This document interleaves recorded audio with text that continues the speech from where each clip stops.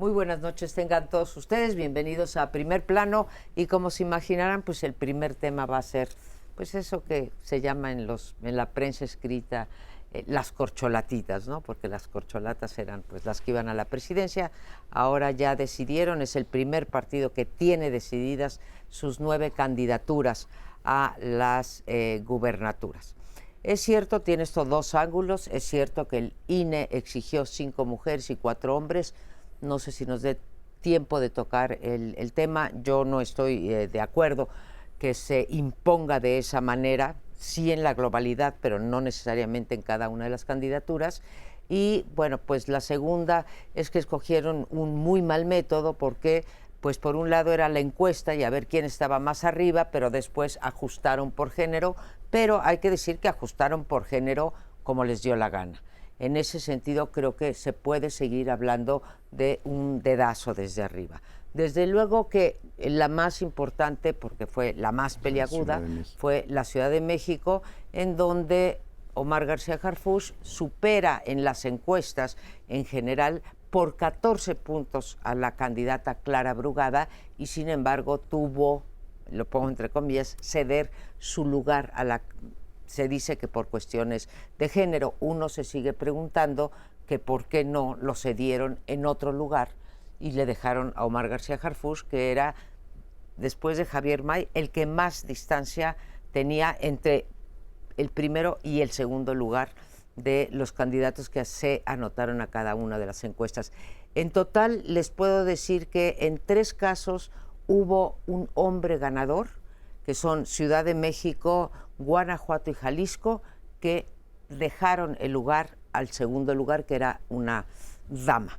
Y después hubo 2 mujeres candidatas que ganaron y se quedaron como candidatas. Morelos y Veracruz. 3 Morelos y Veracruz. Y después hubo 3 hombres que ganaron y que le tuvieron que dejar también a... 3 hombres que ganaron y se quedaron con la candidatura. Creo que hay que poner particular atención en Chiapas y Ciudad de México porque eran las 2 candidato y candidata de Claudia Sheinbaum. Y en el caso de Claudia Sheinbaum, pues sí sale un poco disminuida. Bueno, fue una solución, no había la perfecta, fue la que encontraron y veremos si genera rupturas o no, ya lo dijiste tú sustancialmente. Hay 2 preguntas yo creo que subsisten. Uno, al Verde no le tocó casi nada, o sea, quedaron fuera. Jalisco. Bueno, pero no le tocó Chiapas, donde era competitivo, y no le tocó la Ciudad de México, donde había apostado por Omar García Harfuch. Vamos a ver cómo se atiende eso. En Puebla sigue habiendo inquietudes, porque Mier dijo, oiga, pues me reservo el derecho de reconocer a mi primo. Quedó muy dolido, ya platicaremos en el momento del presupuesto, de todo el esfuerzo que hizo, ¿no? Por decir, yo estoy con la 4T, y sin embargo no le tocó el premio. Queda Rocío Nale también lastimada, llegó al 15%. La verdad es que a pesar de toda la protección presidencial, pues no fue una candidata que despegó. Y aquí en la capital, pues ya lo dijiste tú, yo creo que Claudia Sheinbaum cometió un error táctico al pedirle a Omar que se subiera, lo desgastó y ahora el elemento central de su campaña, que es que fue muy exitosa en materia de seguridad en el país, tiene 2 grietas colosales. Una se llama Omar García Harfuch, que quedó severamente golpeado, vamos, hasta lo del minilí que le sacaron, se metió con su honorabilidad como funcionario. Y la segunda es que tenemos una fiscal que espía desde la capital. Entonces, si el modelo tenía 3 pies, 2 para Claudia Sheinbaum han quedado comprometidos. Godoy, que no está en temas electorales, de las mini corcholatas, pero sí en la gran discusión nacional, y Omar García Harfuch, o sea que fue una mala tarde para la ex jefa de gobierno. Por favor. Lo de Mier, él protestó al principio, pero ya aceptó. Dijo que va a ser senador. Entonces ya se disciplinó. Omar Harfuch también ya se disciplinó.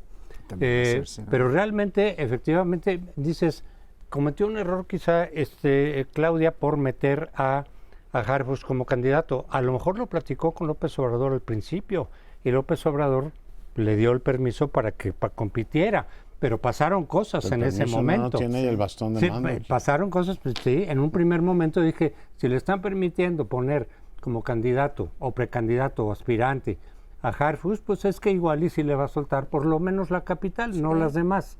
porque obviamente la relación entre el gobierno federal y gobierno capitalino es muy importante.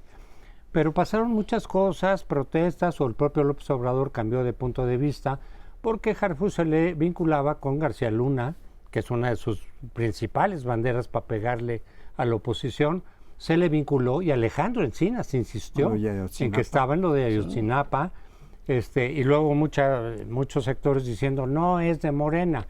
Salió Martí Batres a comentarnos que había toda una campaña orquestada para ayudar a Clara y pegarle a Harfuch.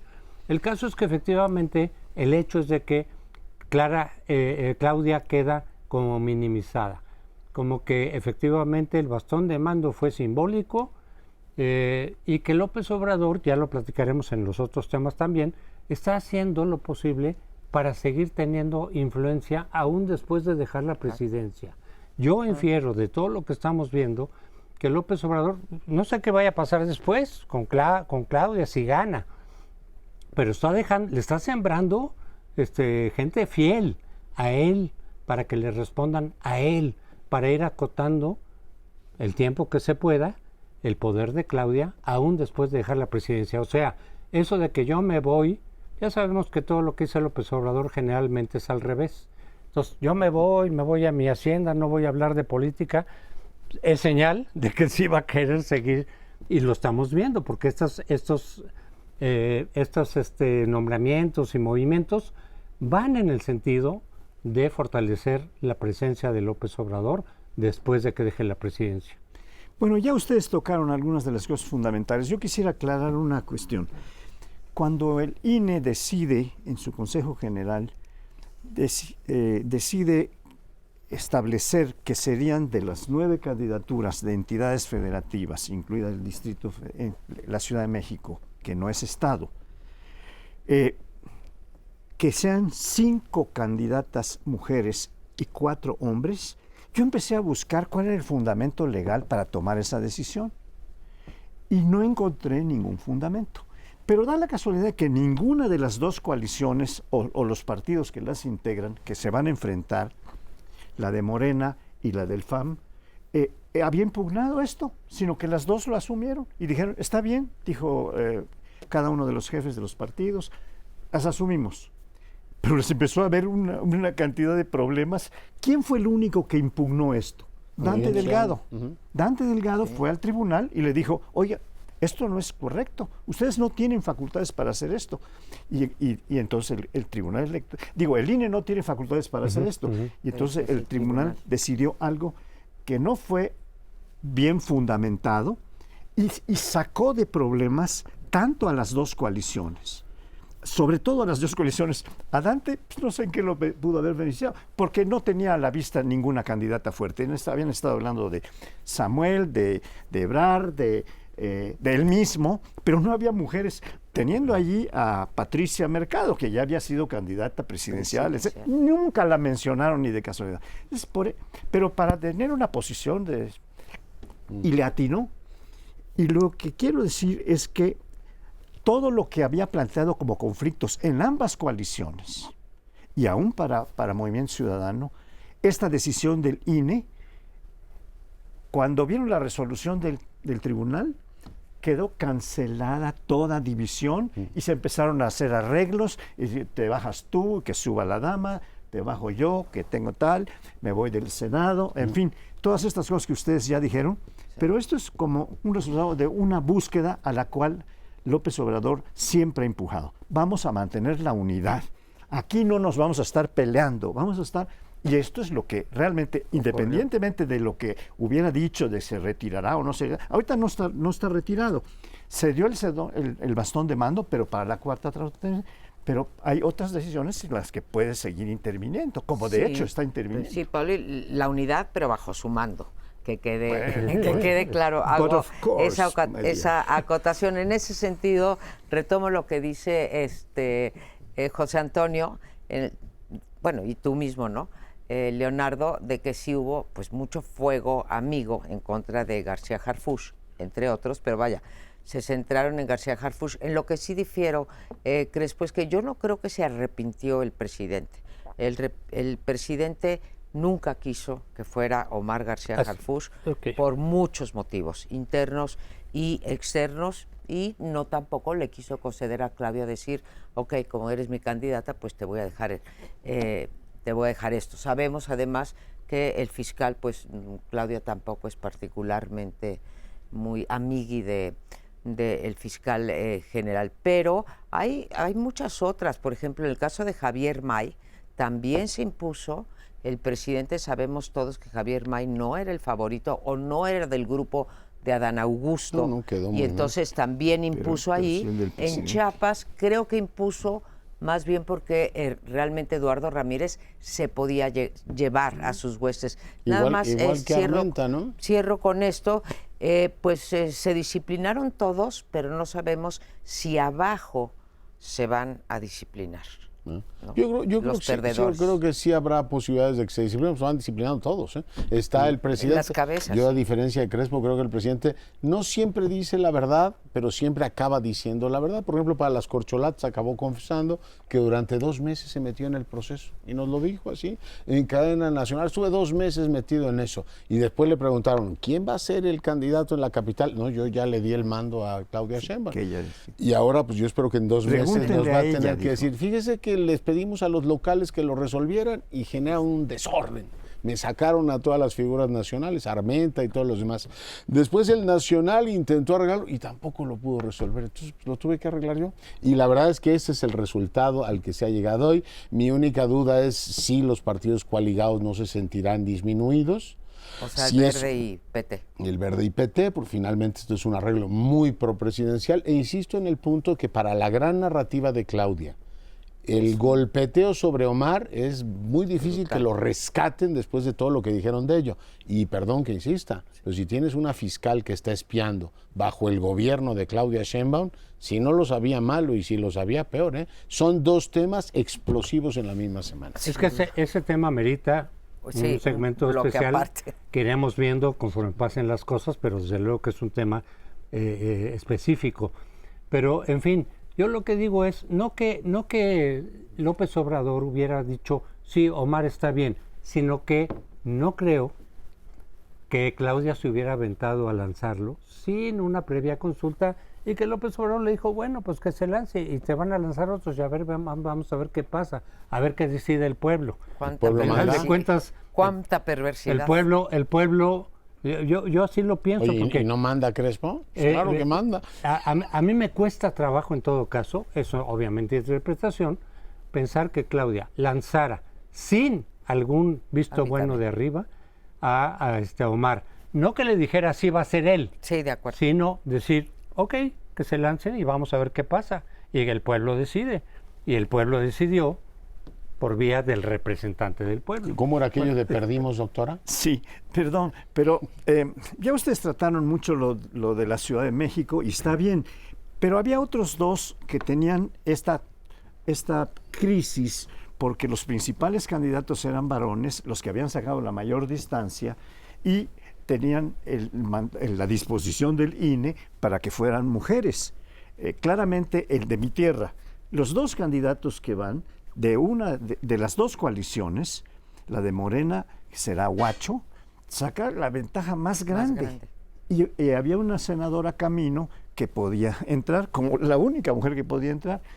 Y por el otro lado estaba la coalición del FAN, que domina el PAN en Yucatán, domina el PAN plenamente, ¿no? Tiene el gobernador, el Congreso, los municipios principales.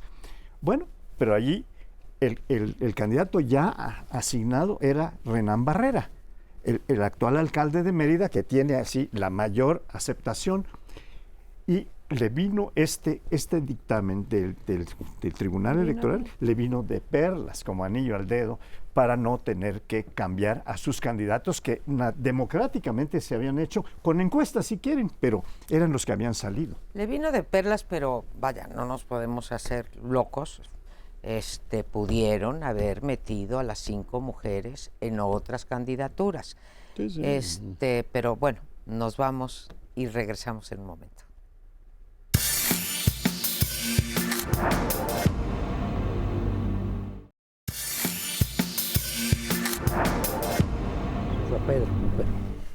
Bueno, Bueno, en este bloque les propongo que echemos un vistazo a Movimiento Ciudadano y a Marcelo Ebrard. Ayer se cerró el registro para Movimiento Ciudadano, se registraron varios, entre otros Indira Kempis, pero por supuesto por el peso y la forma en que fue presentado ante la opinión pública, Samuel García, el gobernador, que tampoco está claro si está con licencia o no, traen ahí un lío jurídico en Nuevo León que está como de bostezo, ¿no? Porque están peleándose entre el Congreso, el Tribunal y el propio gobernador. Pero bueno, va a ser el candidato, y el que no se registró, no llegó al vuelo, fue Marcelo Ebrard. Hoy en la mañana nos dijo a todos, a toda la nación, que finalmente Claudia Sheinbaum le había dicho: señor, tiene usted razón, hubo algunas irregularidades, y él, por tan fausto motivo en el proceso de selección de corcholatas, dice: yo permanezco, porque esa es una señal política suficiente, y bueno, permanece en Morena. Ofrece a todos sus seguidores, que estaban por muchos de ellos desconcertados, pues porque venían las reelecciones, porque venía la ubicación en las posiciones de gobernatura, y decían: bueno, ¿qué hacemos? ¿Nos vamos, jefe, o nos quedamos? Y finalmente el mensaje para todos ellos es: se quedan, y yo voy a pedirle a Claudia, o a quien corresponda, que los proteja. Supongo que en el proceso de selección de senadores, empezando por él, veremos a Marcelo Ebrard en la lista, y pues para muchos ha sido como la serie de Netflix más decepcionante, ¿no? Resulta que donde empezamos 3 meses después, nos dijo exactamente lo mismo. Mucha gente recuerda a su jefe y mentor, Manuel Camacho, ¿no? Que terminó como senador prácticamente aislado, explicando por 1000 razones cómo el país tenía nudos que no se podían desatar y oportunidades que se le habían cerrado a un personaje como él. Ciertamente es uno de los políticos más completos, como más, digamos, cuadro superior de la administración, fue particularmente notable, pero ahora como político se quedó sin gas. Yo creo que quedó como Monreal, es decir, quedó mal por todos lados, planeó mal. Yo sí llegué a pensar, cuando ya empezó a impugnar el resultado de la encuesta interna de Morena, pues que estaba preparando su salida, porque si tú calculas que te vas a quedar o no estás seguro si no te vas a ir, ¿para qué haces todo eso? Mejor simplemente dices: ok, acepto y ya, ¿no? Porque el impugnar, el decir que lo vas a llevar al tribunal, el decir que hubo trampa, etcétera, pues te genera negativos. Por eso yo sí llegué a pensar, si está haciendo todo eso, lo lógico, desde mi punto de vista, es que esté preparando. Dante Delgado siempre le mantuvo la puerta abierta, siempre. Ayer mismo, todavía en el tiempo, dijo: si Marcelo quiere venir, y yo sé, sé por fuentes cercanas que Dante quería que fuera Marcelo porque le iba a dar más votos en su cálculo de lo que le pueden dar Samuel o alguien más. Pero en fin, el caso es de que Marcelo yo creo que hace mal en quedarse. porque tal vez es porque sintió que le iban a echar la ley encima. Ya sabemos que López Obrador usa la ley esencialmente para fines políticos. Yo platicaba con mucha gente cercana de Marcelo y le decía: oye, pero pues les pueden echar encima la ley si se separan. Dicen: sí, pero nosotros también les tenemos expediente a López Obrador y a Mario Delgado. Marcelo le mandó mucho dinero desde el gobierno del Distrito Federal a la campaña de López Obrador. Pues a lo mejor lo hizo en sobres amarillos y no queda registro, a lo mejor no sacó videos como el de Pío, pero decían que ellos tenían elementos también para defenderse. Bueno, a lo mejor ese fue el criterio para decidir quedarse, pero en tal caso, repito, ¿para qué haces tantos ruidos? Y luego, yo lo que puedo pronosticar es que con la rivalidad que sí hubo y con el encuentro, la confrontación personal con Claudia, llegará el momento, pasado un tiempo, ahorita le van a ofrecer todo a Marcelo, va a llegar un momento en que Claudia se va a vengar políticamente de él. Aquí recuerdo a Maquiavelo. Bueno, mira, adelante. Yo no he intervenido. No, yo tampoco. Bueno.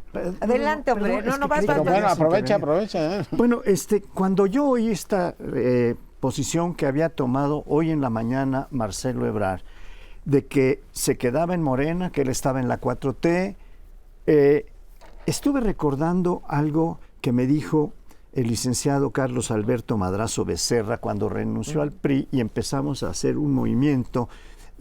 Yo empecé cuando él renuncia a la presidencia del PRI, no antes, a hacer un movimiento para formar o un frente o un partido, y yo fui el coordinador de la Asamblea de la Patria Nueva, Y platicaba yo mucho con él, y en una ocasión me dice, ay, Francisco, en esta tarea política lo que hay que hacer es aprender a tragar sapos. Yo he tragado muchos, me dijo, uno muy grandote, como sabes.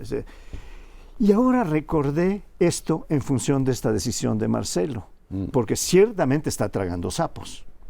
Había tomado ciertas posiciones que todo el mundo decía, ya está al borde de salir, ya se va. Tú mismo, José Antonio, sí. Lo dijiste aquí en este programa Era un par de lógico, veces. sí. Incluso llegaste a decir, yo creo que lo que va a hacer Marcelo, dijiste, yo personalmente tengo la impresión de que se va a salir y va a apoyar a Xóchitl, eso dijiste aquí al final, incluso, bueno, pues o no irse solo a no, Movimiento Ciudadano. sí, claro, no, es un cálculo que estamos haciendo constantemente. Yo dije, yo creo que se va a quedar y va a tragar sapos, como creo que lo hizo.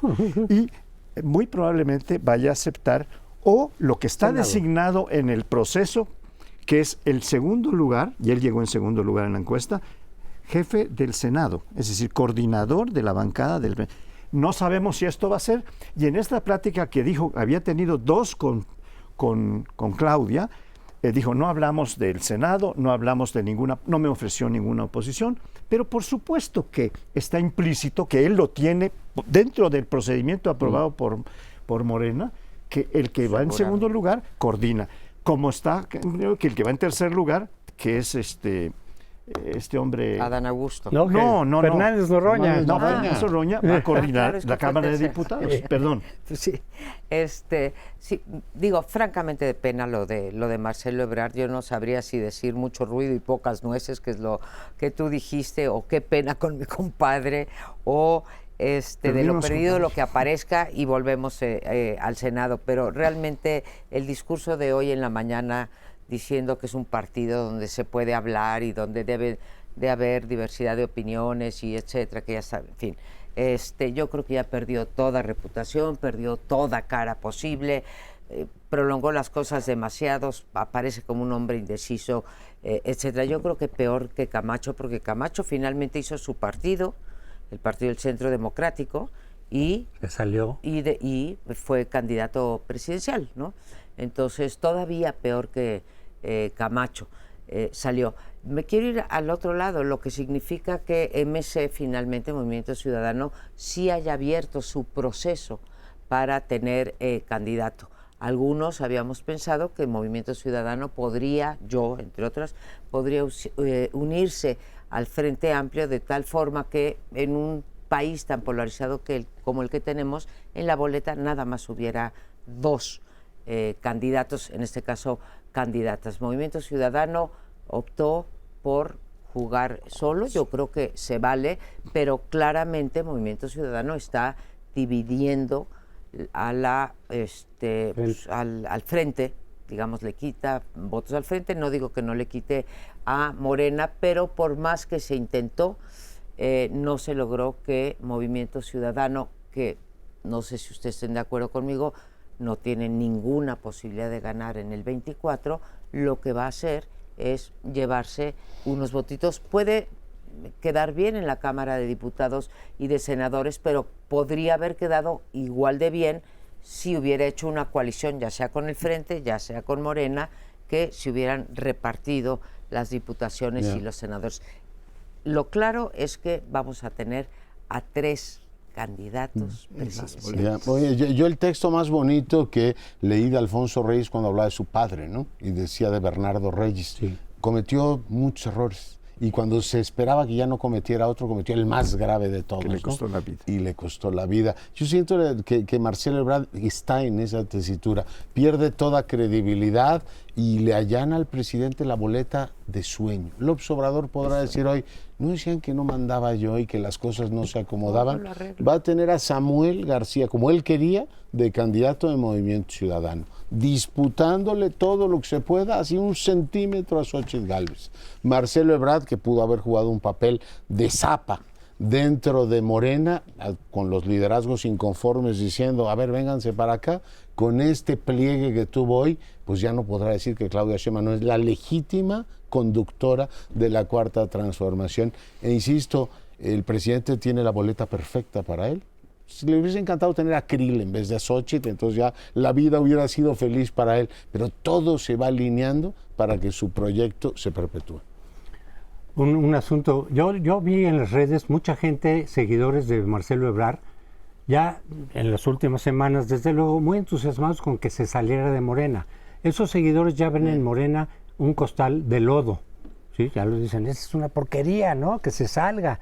Y se decían que si se quedaba, iban a quedar muy decepcionados. Entonces, bueno, a esos seguidores, no sé cuántos sean, los deja Marcelo colgados de la brocha. Pero una cosa sobre el Movimiento Ciudadano. Yo sí creo que va a ser Samuel, ¿sí?, con el apapacho de López Obrador. No sé qué porcentaje de votos, algunos le dan 3%, otros le dan 10% de las encuestas. A Samuel veo ahí sí prácticamente imposible que pudiera eventualmente fusionarse con el Frente. Sí. Y por lo tanto yo creo que, contrariamente a lo que ellos están buscando de darle una nueva imagen a su partido, a Movimiento Ciudadano, va a quedar como el nuevo Verde. Yo he tratado de convencer en 2 ocasiones a Dante Delgado, de decir, les va a repercutir negativamente, van a quedar estigmatizados, porque la mayor parte de la gente va a creer que eso es un arreglo con López Obrador, tanto más cuanto que López Obrador le echa porras a Samuel. Pero yo creo que el cálculo que se ha hecho para que Samuel García está en la boleta de Movimiento Ciudadano como candidato, es lo que le puede quitar de votos de las clases medias al Frente. Ese es el que tiene mayor, incluso tantas o mayores que lo que podía haber tenido Ebrard, porque en alguna mañanera el propio López Obrador dijo, mire, lo que le puede quitar es, él tiene la clase media, y la clase media para él estaba condenada. Entonces, ahora, claramente, con sus influencers, ¿de dónde están los influencers? Son de la clase media. Lo que quiere es que le quite todos los votos que pueda a Xochitl. Por supuesto. Sí, ese es el cálculo de López Obrador, que le quite. Yo creo que le va a quitar a ambos, pero lo que está claro es que la diferencia que se preveía podía cerrarse entre las dos coaliciones se hace mucho más complicada. Los 4, 6 u 8 puntos que pudiera dar Movimiento Ciudadano eran centrales para el Frente Amplio. Yo con eso no digo que el Frente Amplio ya perdió, sigo pensando que la moneda está en el aire, pero está más cuesta arriba. Tiene Leonardo. 2 candidatos que le disputan eso. Pues, y bueno, pues con esto nos tenemos que ir a la pausa, regresamos en un instante con más comentarios.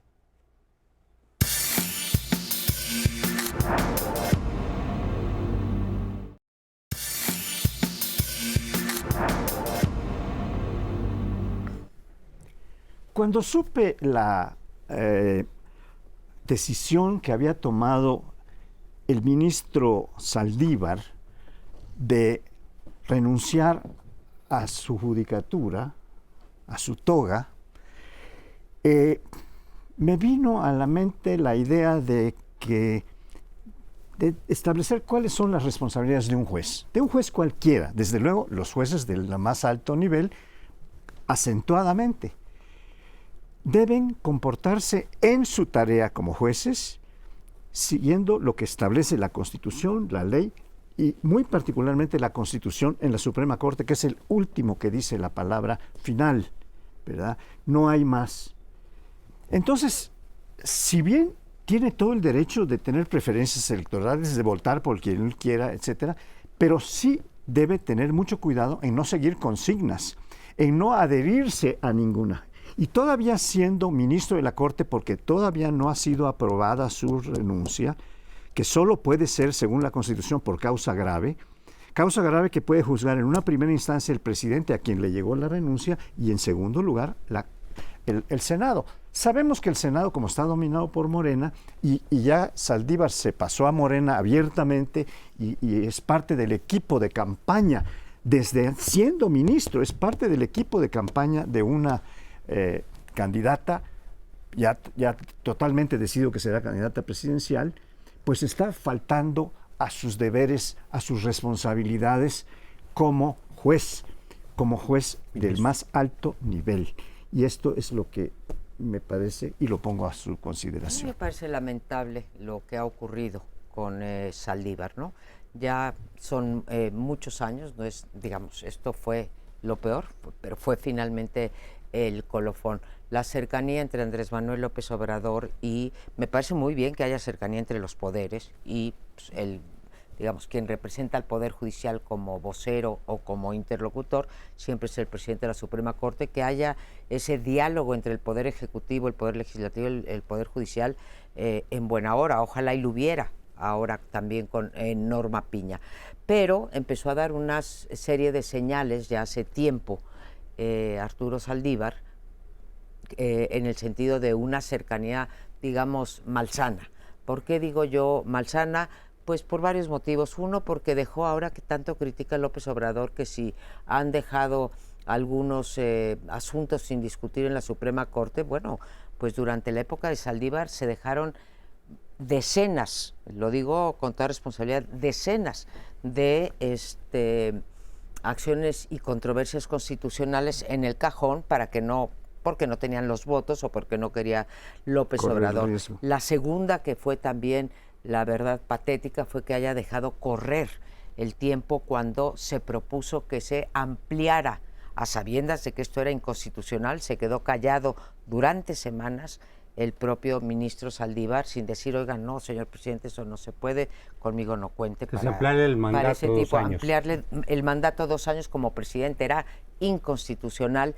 Y tercero, bueno, se va, no ha guardado ni siquiera las formas, porque todavía es ministro de la Suprema Hasta Corte. el miércoles va a verlo hasta la el Corte. miércoles lo va a ver la Corte. Digo, el Senado. Y ya habla que se va con la señora Claudia Sheinbaum, y encima de que habla que se va con ella, Claudia Sheinbaum ha repetido una y otra vez que el proyecto para el Poder Judicial es que los jueces sean electos. Entonces dices, híjole, esto de un ministro de la Suprema Corte de Justicia. Y la última, perdón que me extiendo un momentito, le deja libre al presidente López Obrador y le quita a Claudia la posibilidad de nombrar al ministro. O sea, él va a haber nombrado Ministra, 5 porque ya y ahora va a ser ministra. ministra, y se lo arroga él y le quita esa facultad a Claudia. Que precisamente va en el sentido que yo decía, esa era la otra que yo tenía, de ir poniendo gente, desde luego que va a buscar una persona que le rinda a él. Igual los ministros luego cambian y luego se acomodan, ya lo sé, pero que la intención es efectivamente poner gente que le rindan a él y acotar en esa medida a Claudia cuando ya deje la presidencia. Creo que esa es la intención. No sé qué tanto va a salir o no. Pero yo creo que todo esto que estamos viendo, lo de Saldívar y demás, vuelve a plantearnos lo que yo considero como absurda la ley, ya sé que en otros países democráticos también está así, de que el que va a ser vigilado nombre a su vigilante, porque entonces si nombres a tus cuates o a tus incondicionales, pues te vuelves juez y parte.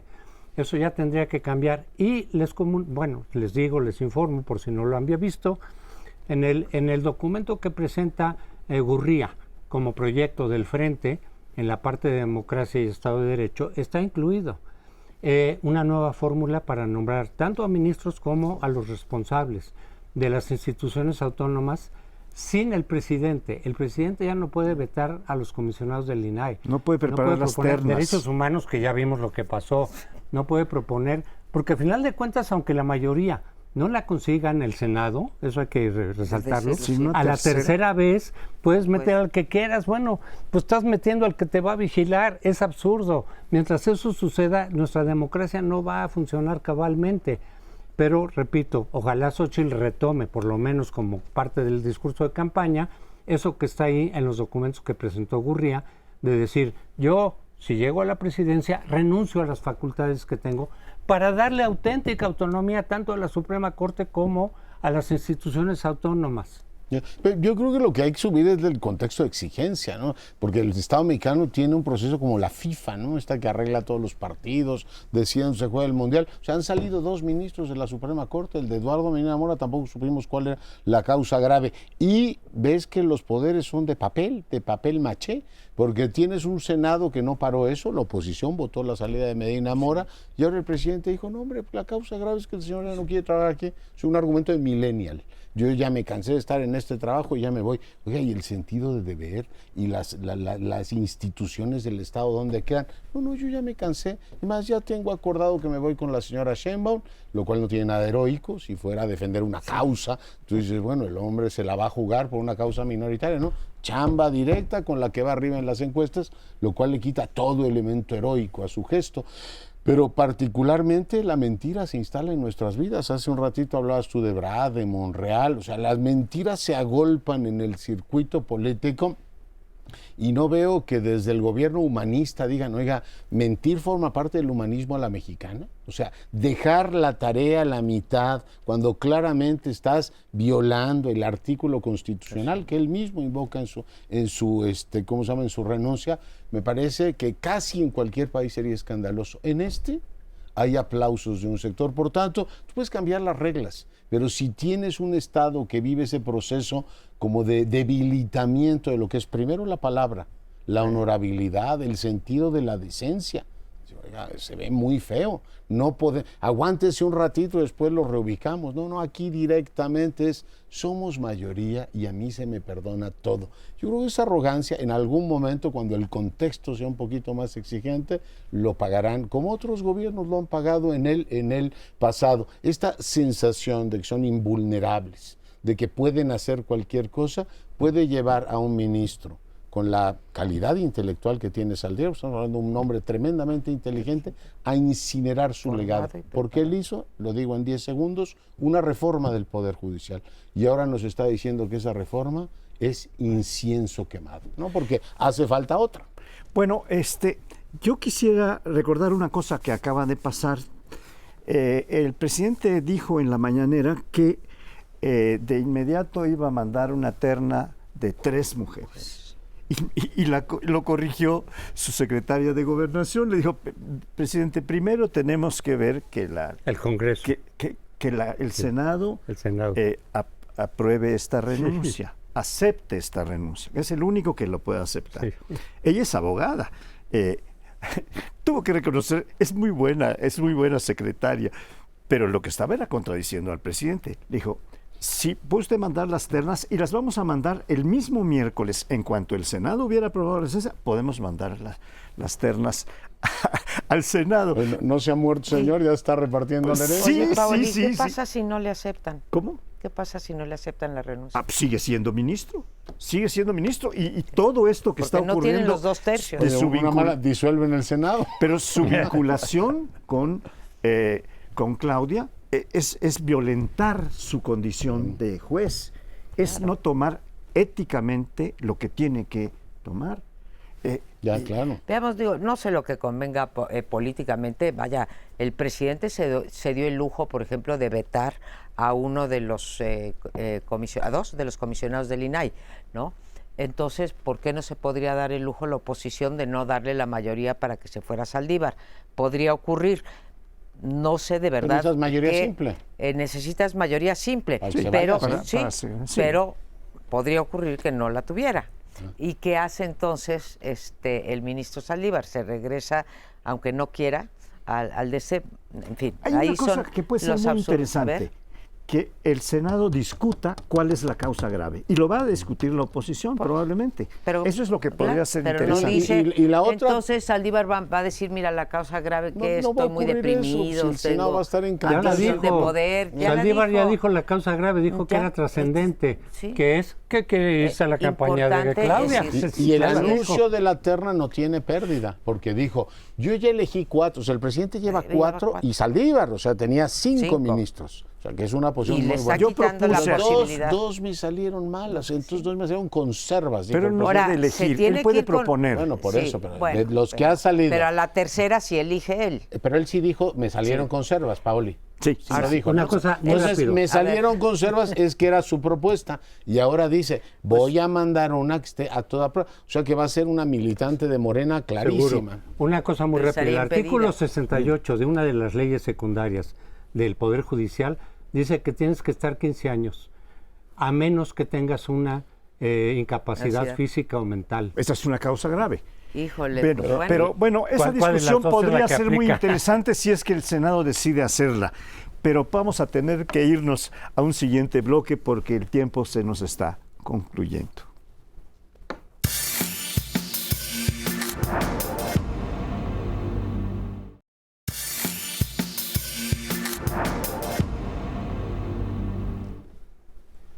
Bueno, el tema de Acapulco no lo podemos dejar de lado.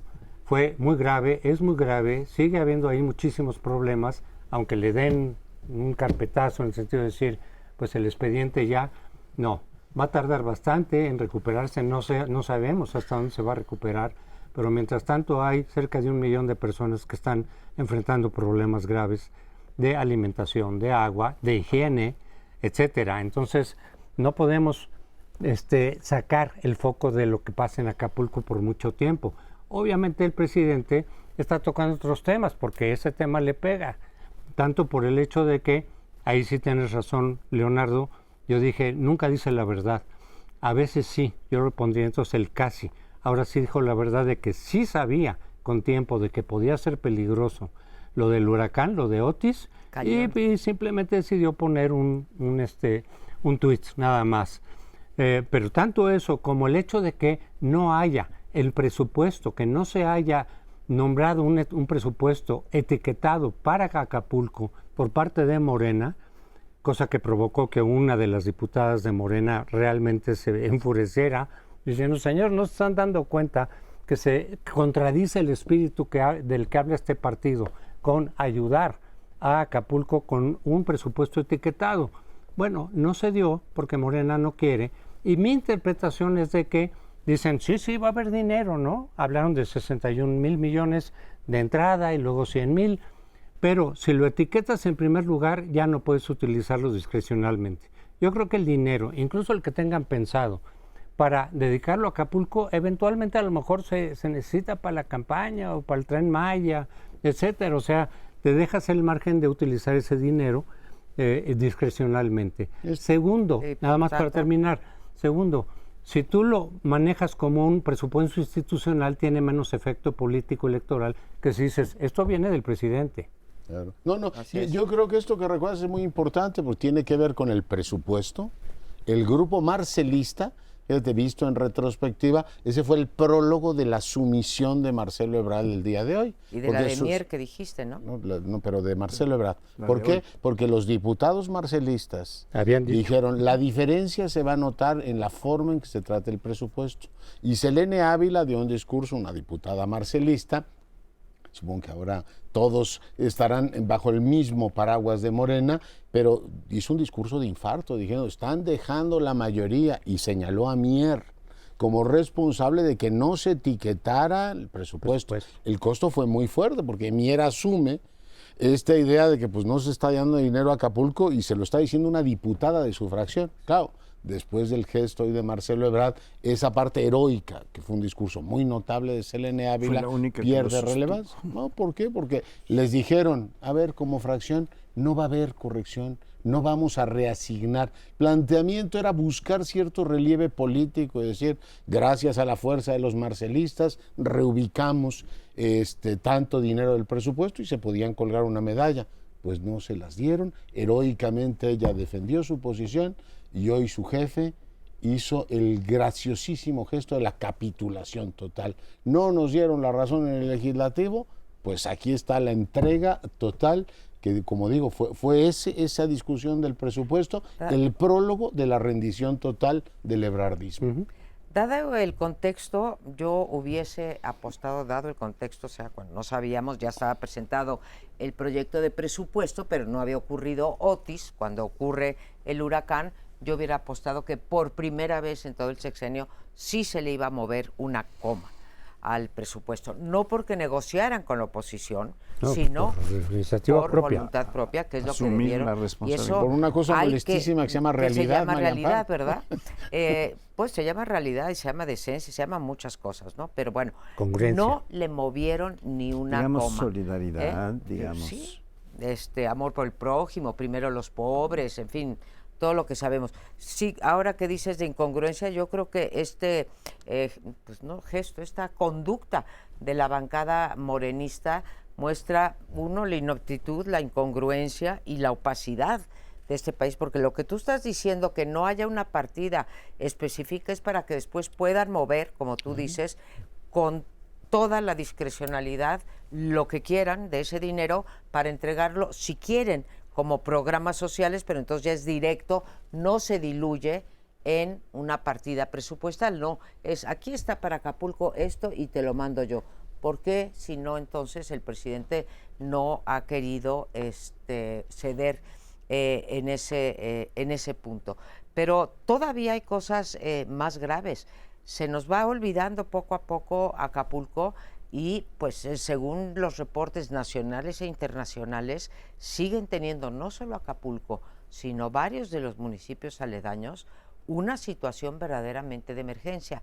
Y tenemos a un ejecutivo que no solamente quita a 2 de los 47, bueno, solo deja a 2 de los 47 municipios como emergencia, que son Acapulco y Coyuca, y quita todos los demás sin dar una explicación de por qué está haciendo eso. Y no solo eso, ya les quitó la emergencia, ya no están en emergencia, ya nada más hay lluvias torrenciales. De buena voluntad. Es realmente una barbaridad la manera en que este gobierno ha tratado. Bueno, ya ustedes han tocado el asunto desde una perspectiva presupuestal, de si se cambia el presupuesto para apoyar con X miles de millones de pesos. Pero yo tengo información de que independientemente del presupuesto, hay varias empresas que han decidido apoyar a la población, que está dando de comer, empresas turísticas, de comer ahora, en este momento, a gente que no ha corrido a empleados, les sigue pagando, aunque no tiene ingresos. Y esto es una reivindicación muy importante, porque la empresa que cumple con sus responsabilidades sociales es muy escasa. Y por cierto, esto ha dado pie a que tengan una gran crítica, ¿verdad? Solo están por el lucro, etcétera. Pero la verdad es que en este asunto ha habido empresas notables que están sosteniendo la situación de mucha gente a su propia costa y que han propuesto, hay 2 que han ya llegado al acuerdo de que el día 15 de diciembre está completamente restaurados 2 hoteles hasta ahora, lo cual es un esfuerzo enorme para volver a darle dinamismo a la economía, porque si no hay turismo, no se mueven los kioscos, no se mueven los taxis, no se mueve nada de la economía en Acapulco. Y esta es una responsabilidad social muy bien asumida por algunas empresas, no digo que por todas, pero este es un ejemplo de lo que tenemos enfrente. Las alimentarias también, Coppel y Chedraui están... López Obrador ha dicho que en poco tiempo ya va a estar restablecido lo fundamental de la dinámica turística y demás de Acapulco. Ojalá, pero hay muchos expertos que dicen, no, esto va a tardar muchísimo. Yo sí creo que independientemente del dinero que finalmente venga de parte del gobierno, que ojalá sea lo suficiente, pero en fin, ya veremos, tiene que haber una fuerte participación ciudadana, como la hubo en el temblor del 85, en donde a final de cuentas la sociedad se organizó para tratar de sacar adelante el problema. Tiene que haberlo, porque de lo contrario no va a salir. Sí se puede generar incluso una crisis grave humanitaria, porque ya no nada más son la cuestión del agua, la cuestión de la alimentación, está la higiene, ya está el dengue ahí ya muy propiciado por la falta de higiene, por supuesto, que se generó. Entonces, sí creo que tiene que haber un esfuerzo de todos los sectores que puedan, y no solamente del gobierno, porque de lo contrario, por eso no podemos abandonar el tema por mucho tiempo. No, yo no creo que haya que abandonarlo, simplemente constatar 2 cosas en lo político. Lo del diario oficial de la Federación no fue un error del presidente. Alguien se agandalló y metió municipios que no tenían nada que ver con la emergencia, dijo, este es el momento y recibimos dinero.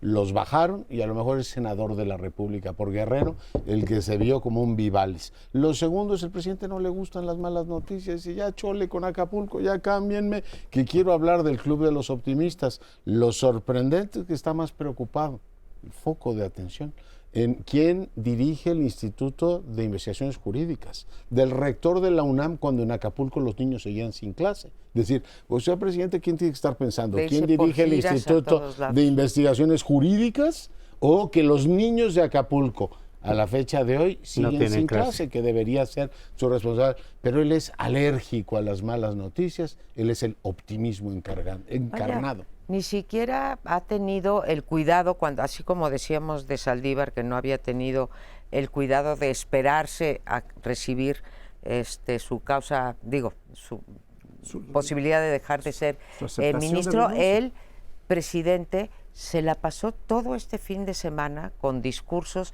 en el norte del país, todavía ayer el viernes de Tijuana y hoy otra vez en el norte del país, hablando de todos los problemas, precisamente por lo que dice, ¿sí? No le gusta que las malas noticias y simplemente las deja a un lado. Hablando de los yaquis, de lo mal que los trataba Porfirio Díaz, etcétera, luego el Tren Maya, todos los temas posibles para que se opaque el asunto de Acapulco, pero no hay que permitirlo porque sí hay una emergencia real y muy fuerte ahí en Acapulco.